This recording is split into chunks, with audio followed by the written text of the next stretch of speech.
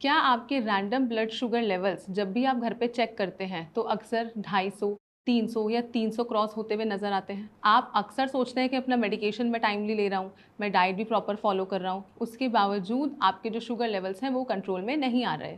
तो यहाँ पर एक मेजर पॉसिबिलिटी है कि आपके डाइट में कुछ इंपॉर्टेंट मिनरल्स या फिर कुछ इंपॉर्टेंट माइक्रो न्यूट्रिएंट्स का कमी है। नमस्कार दोस्तों, मैं डॉक्टर प्रियंका सिंह स्वागत करती हूँ आप सभी का। और आज इस वीडियो में मैं आपको बताऊंगी कुछ ऐसे इंपॉर्टेंट मिनरल्स के बारे में जिनको अगर आप अपनी डाइट में इंक्लूड करते हैं तो आपके जो शुगर लेवल्स हैं वो बहुत हद तक कंट्रोल हो सकते हैं without any minimal change in the medications और अदर डाइट प्लान। तो सबसे पहला जो इसमें मैं इंपॉर्टेंट मिनरल आपसे डिस्कस करूंगी वो है मैग्नीशियम एंड क्रोमियम। मैग्नीशियम और क्रोमियम को मैं साथ में इसलिए डिस्कस कर रही हूँ क्योंकि इन दोनों का ही जो रोल है वो ये है कि ये हमारे बॉडी के अंदर इंसुलिन को एक्टिवेट करने में हेल्प करता है। अगर आपने हमारे और वीडियोस देखे होंगे तो आपको पता होगा कि जो इंसुलिन है वो हमारे बॉडी में पैनक्रियास से रिलीज होता है। पैनक्रियास से रिलीज होने के बाद वो हमारे ब्लड तक जाता है और ब्लड में जितना भी शुगर लेवल है उसको अपने साथ बाइंड करके वापस से उनको सेल्स तक पहुंचाता है। अब हमारा बॉडी इसको यूज़ कर लेता है या तो in the form of energy या फिर जो बचा हुआ एक्स्ट्रा ग्लूकोज है वो हमारे लिवर के पास चला जाता है और स्टोर हो जाता है in the form of glycogen for future use. अब अगर आपके बॉडी में मैग्नीशियम का या क्रोमियम का कमी है, उसका डेफिशिएंसी है, तो आपके बॉडी में इंसुलिन रेजिस्टेंस डेवलप हो सकता है। इंसुलिन रेजिस्टेंस अगर डेवलप हुआ तो आपके जो शुगर लेवल्स हैं वो बढ़े हुए रहेंगे।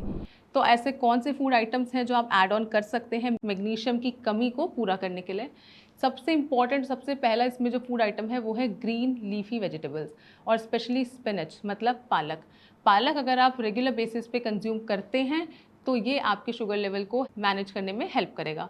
दूसरा जो इसमें फूड आइटम्स है वो है सीड्स मतलब चिया सीड्स या फिर फ्लैक्स सीड्स। इसका भी आप रेगुलर सेवन कर सकते हैं, इसको आप अपने ब्रेकफास्ट में इंक्लूड कर सकते हैं, ये भी आपके शुगर लेवल्स को मैनेज करने में हेल्प करेगा। थर्ड जो इम्पॉर्टेंट फूड है after spinach and seed is nuts मतलब सोक्ड आलमंड्स या फिर सोक्ड वॉलनट्स। अगर आप अखरोट या बादाम रात को भिगो कर और फिर नेक्स्ट डे उसका सेवन करते हैं ये भी आपको हेल्प करेगा और मैग्नीशियम को पूरा करेगा बॉडी के अंदर। फोर्थ जो है इसमें वो है होल ग्रेन्स मतलब रागी, मिलेट, किनोआ या फिर ब्राउन राइस। ये सब चीज़ें अगर आप इंक्लूड करते हैं तो मैग्नीशियम की डिफिशिएंसी होने के चांसेस बहुत ज़्यादा कम हो जाते हैं। दूसरा जो इसमें है वो है आपका क्रोमियम। क्रोमियम जैसे कि मैंने बताया वो दूसरे कुछ पर्टिकुलर फूड आइटम से मिलेगा। इसमें सबसे इंपॉर्टेंट है ब्रोकली। ब्रोकली एक ऐसा फूड है जो कि बहुत ज़्यादा रिच इन फाइबर है और साथ ही रिच इन क्रोमियम है। अगर इसको अपने डाइट में ऐड किया तो इससे भी आपके जो शुगर लेवल्स हैं वो मैनेज रहेंगे। दूसरा आप ऐड ऑन कर सकते हैं पोटैटोज़ या फिर ग्रेप्स या फिर ग्रीन बीन। अब यहाँ पर ध्यान देने की बात यह है कि पोटैटोज़ मैंने आपको बताया कि आप ऐड ऑन कर सकते हैं तो ये क्रोमियम की डेफिशिएंसी को पूरा करेगा।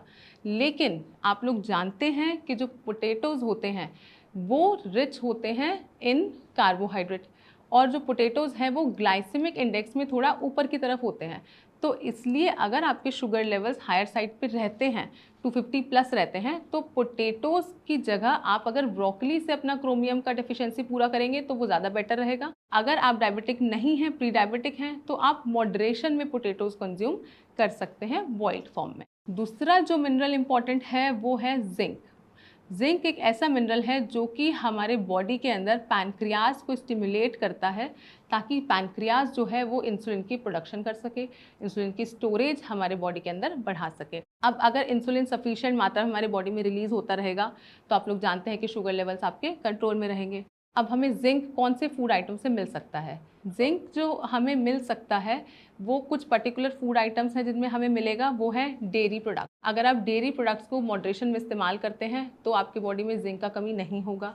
या फिर आप लीन प्रोटीन जो सोर्सेज हैं उन पे भी डिपेंड कर सकते हैं जैसे कि फ़िश या फिर चिकन। ये चीज़ें अगर आप इंक्लूड करते हैं तो जिंक की कमी बॉडी में नहीं होगी।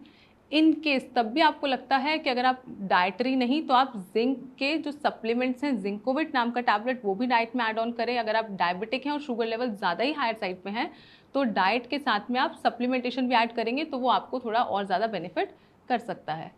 चौथे नंबर में मैं जिस मिनरल को डिस्कस करने जा रही हूँ इसका आपने नाम ज़्यादा शायद ना सुना हो, वो है वेनेडियम।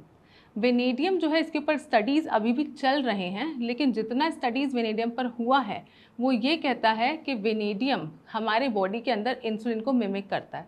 मिमिक मतलब वो हमारे बॉडी में वैसे ही बिहेव करता है जैसे कि इंसुलिन करता है। अगर आप वेनेडियम आपकी डाइट में रहता है इन स्मॉल क्वांटिटी, तो वो आपके शुगर लेवल्स को कंट्रोल करेगा कुछ हद तक। अब जो हमें फूड आइटम्स वेनेडियम प्रोवाइड करेंगी वो है मशरूम या फिर ब्लैक पेपर। तो आप मशरूम और ब्लैक पेपर को भी अपने डाइट में इंक्लूड करें। ये कैलोरी डेंस भी नहीं होते, कैलोरी में भी लो होते हैं, और वेनेडियम भी प्रोवाइड करेंगे, तो आपके बॉडी के अंदर शुगर लेवल को मैनेज करेंगे। ध्यान देने वाली बात यहाँ पर यह है कि जितने भी फूड आइटम्स मैंने आपको बताए हैं ये सब रिच हैं इन माइक्रोन्यूट्रिएंट्स में, इन मिनरल्स में। लेकिन वहीं पर इनमें कुछ फूड आइटम्स ऐसे भी हैं जो ग्लाइसेमिक इंडेक्स के हायर साइड पे हैं। तो अगर आपको अपने बॉडी के अंदर मिनरल डिफिशिएंसी पूरा करना है तो आपको ये सब फूड आइटम को कम मात्रा में डेली बेसिस पे कंज्यूम करना है। एक साथ इनका ओवर कंजम्पशन नहीं करना, क्योंकि अगर आप एक साथ ड्राई फ्रूट्स, नट्स या फिर पोटैटोज़ या फिर डेयरी प्रोडक्ट्स का ओवर कंजम्पशन करते हैं तो वो आपके शुगर लेवल को स्पाइक कर सकता है। आशा करती हूँ ये वीडियो आपको इन्फॉर्मेटिव लगा होगा। अगर इसके अलावा और भी आप कोई जानकारी चाहते हैं तो आप नीचे दिए गए नंबर पर संपर्क कर सकते हैं। नमस्कार, थैंक यू।